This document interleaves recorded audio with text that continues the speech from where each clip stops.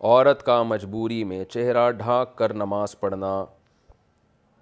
اگر کسی عورت کو 3 دن کے سفر میں ٹرین میں مردوں کی موجودگی کی وجہ سے پردے کے ساتھ چہرہ ڈھک کر نماز پڑھنی پڑے تو کیا اس کو گھر آ کر تمام نمازیں لوٹانی ہوں گی؟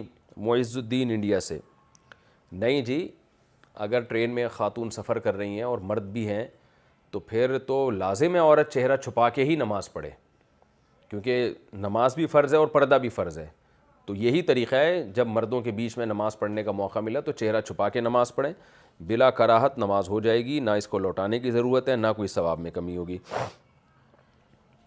روزے میں ناک سے خون نکل آیا تو کیا حکم ہے؟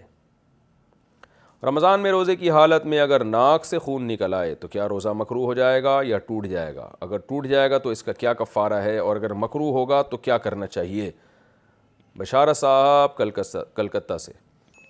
دیکھیں، روزے میں ناک سے خون آنے سے کچھ بھی فرق نہیں پڑتا، نہ روزہ ٹوٹتا ہے نہ مکروہ ہوتا ہے۔